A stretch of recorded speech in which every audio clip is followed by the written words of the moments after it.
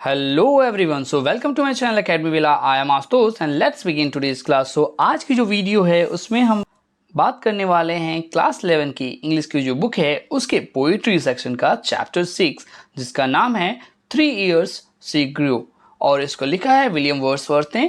तो इस पोइम को हम जल्द से जल्द समझ लेते हैं और उसके पहले हमें देखना पड़ेगा थोड़ा विलियम वर्ड्सवर्थ के बारे में। लिखा है William Wordsworth, one of England's greatest poets, was born in Cumberland in the Lake District and educated at Cambridge।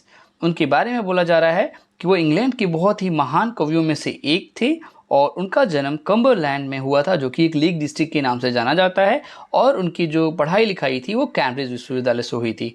ठीक है, the first of the great English romantic poets. उनको ऐसा माना जाता है कि वो रोमांटिक पोइट्स के जो इंग्लिश रोमांटिक पोइट्स हुआ करते थे उनमें वो बहुत ही ग्रेट पोइट के नाम से जाने जाते हैं, मशहूर थे, बहुत ही महान कवि थे ये, है ना। He rebelled against the traditional artificial language of poetry in favour of more natural languages.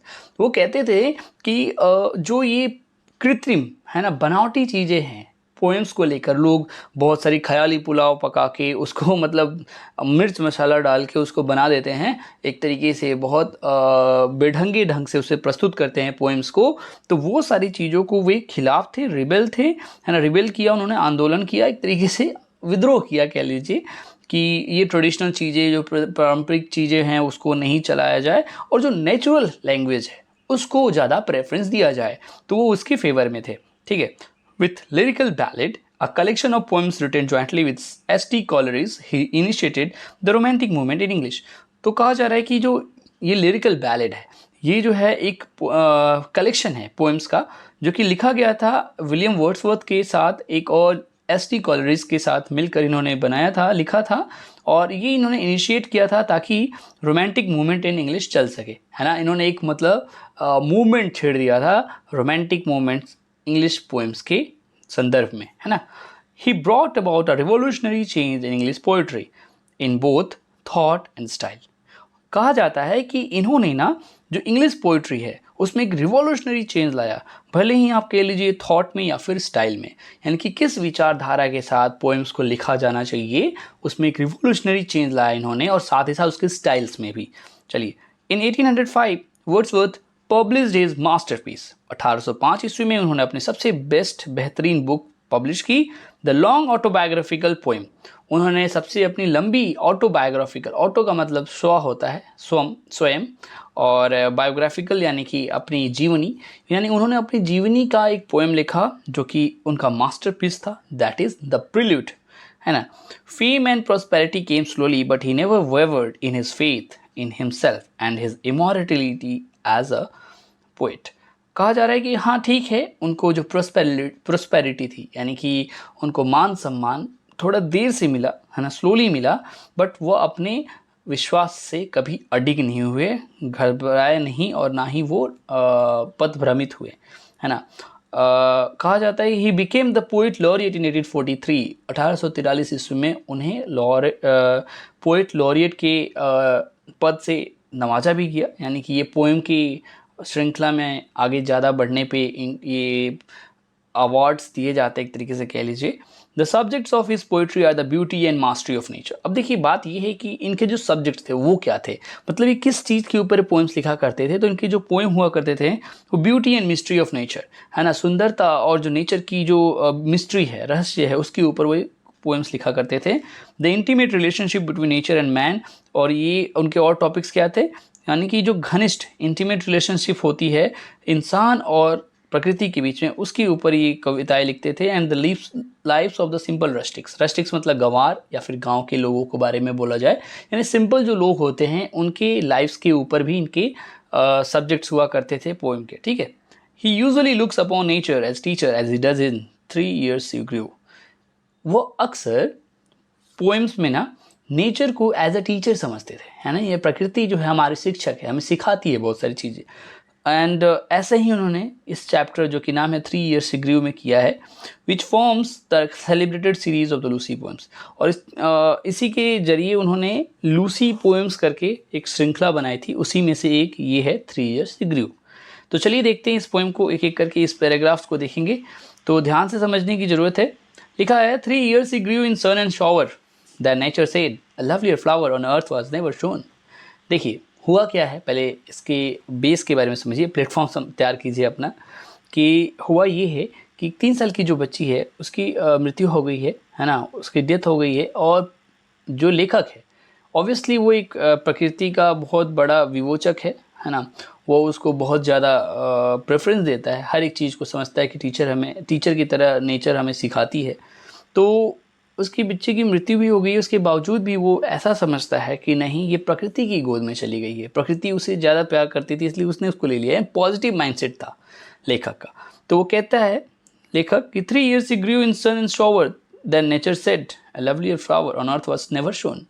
कि 3 साल की जब मेरी बेटी हो गई तो मतलब ये सन एंड शॉवर मतलब कहने का मतलब है कि हाँ, इस दुनिया में, इस धरती पे रही है ना, सूरज की रोशनी में रही, बारिश में रही है ना।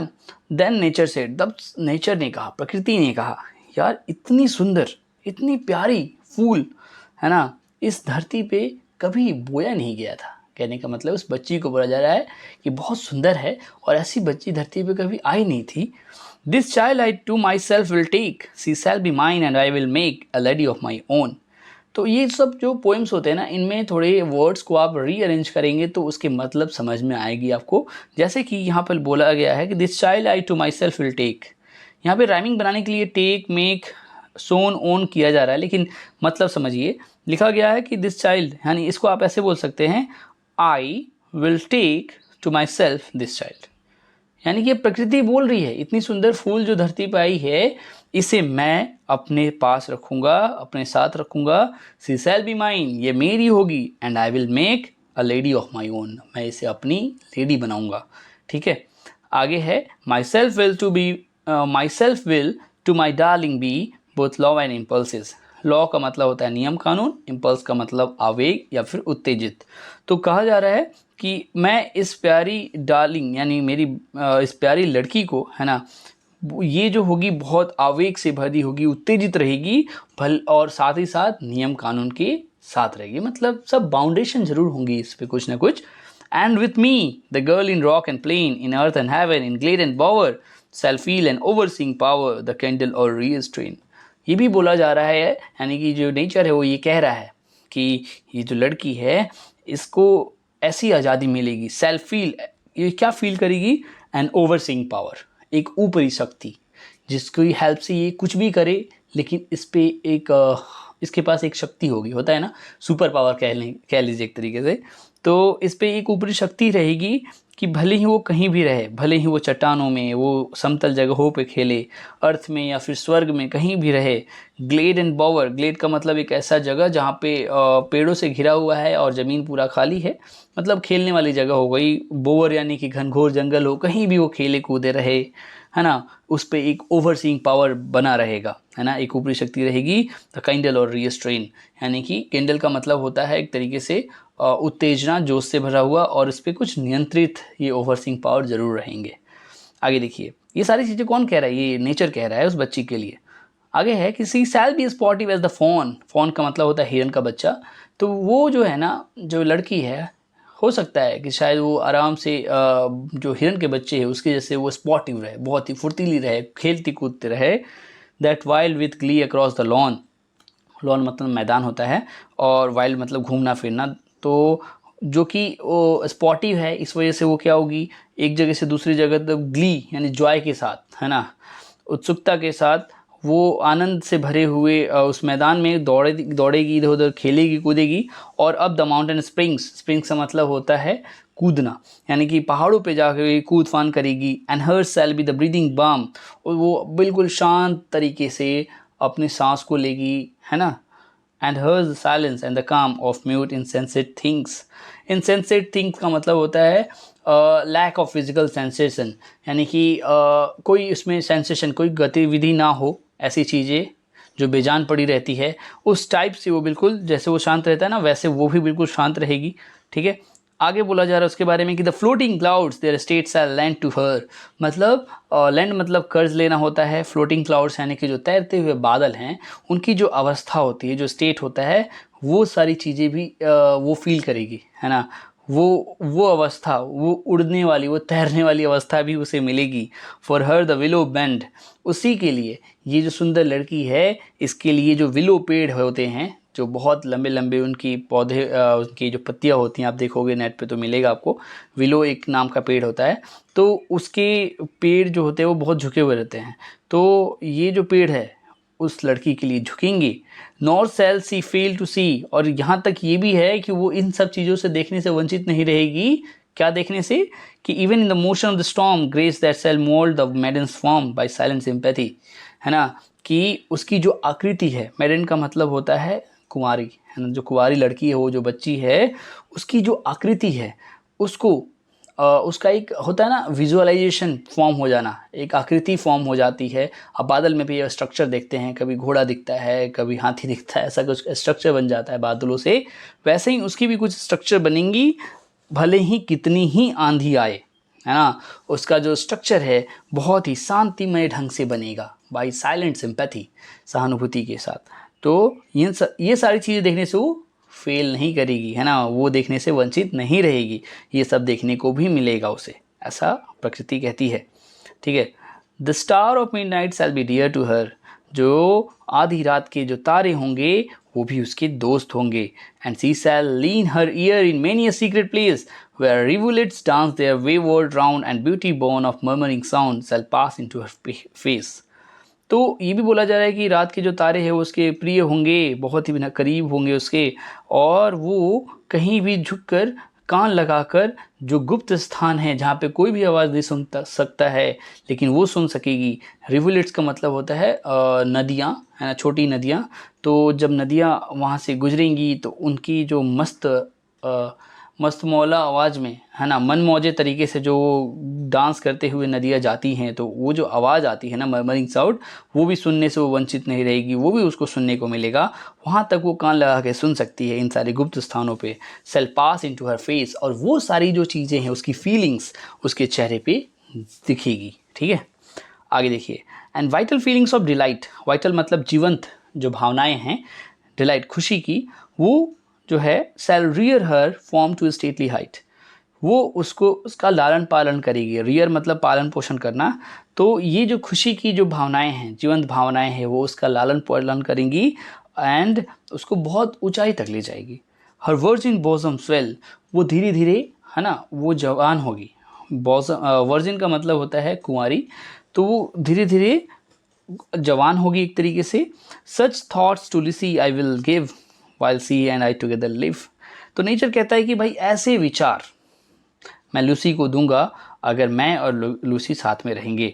Here in this happy dell, जब इस सुंदर सी खुशनुमा घाटी में, डेल मतलब घाटी, तो नेचर ऐसा बोलता है, ऐसा कवि सोच रहा था, है ना। Does nature speak? The work was done, इसीलिए नेचर ने कहा कि देखो भाई काम हो गया है, मैं इस लूसी को ले जा रहा हूँ। How soon my Lucy's race was run, अब लेखक कहता है ये मेरी लूसी का जो रेस था, लाइफ का जो रेस था, वो इतनी जल्दी कैसे ख़त्म हो गया, है ना। How soon my Lucy race was run, she died and left to me this heath, एल नहीं होगा यहाँ पे, HEATH होगा, हित। हित का मतलब होता है बंजर ज़मीन। तो लेखक कहता है वो मर गई और मेरे लिए ये बंजर ज़मीन छोड़ गई। दिस काम एंड क्वाइट सीन, बिल्कुल शांत सा एक दृश्य मेरे लिए छोड़ गई।